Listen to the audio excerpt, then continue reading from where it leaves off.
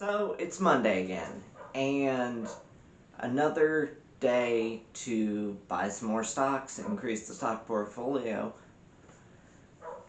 And today I did not go with Walgreens. I'm still holding strong on it, 50 shares in, but it's now at like 10.60 a share, which I had no problem buying at under $9 a share, but now I think it's popped up a little bit, especially after the earnings report and stuff. It was all okay news, slightly good news, nothing great, but it does look like they're starting to right the ship and starting to go in the direction it should be going in.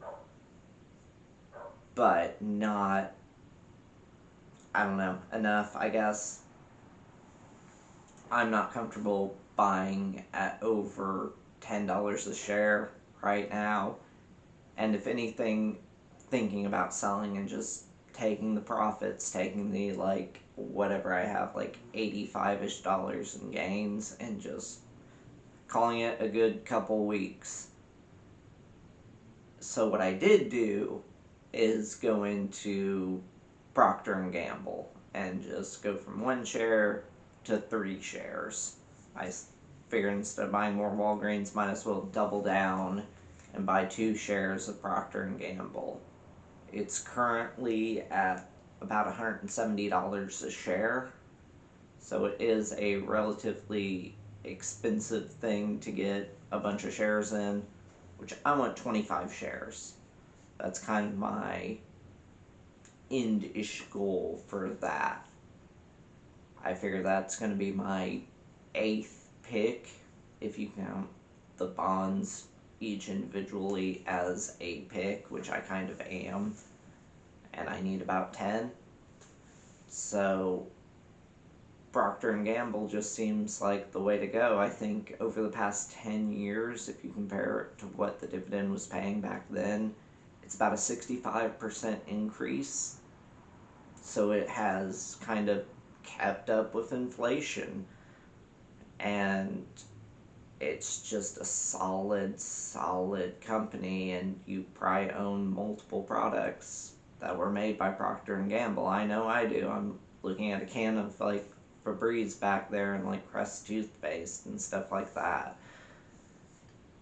So I think that's how I'm gonna go going forward, is to get either 1, possibly 2 shares a week, just depending on how things go, and then reach my 25 shares in about 11, 12 more weeks, maybe 15. It'll be a long haul, but I think I'll be glad when it's done, and bond yields are going down so much that there's nowhere else to park this money and get a good yield on it. By the time I would save up a considerable amount of money, like a couple $1,000 to buy a bond, I think there's going to be 2 more interest rate cuts, at least 1/4 point cuts, maybe even a 1/2 point cut in there. So these bond yields that are at 4.1 will probably be at 3.6, maybe even 3.25-ish. So at that point, why not just have Procter and Gamble that's paying something like almost 2.7 right now, that in 10 years will probably be up to almost 4.5, 4.25 yield on cost kind of thing.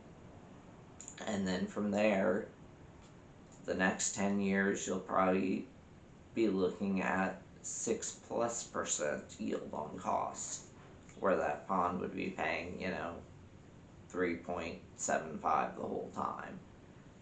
And the stock's probably going to appreciate as well. So I just think, compared to what my other options are right now for dividend income, Procter and Gamble seems like the safest good option that I have that isn't a kind of YOLO strategy to just up the yield and do some QDYL or something like that and just try and get these returns.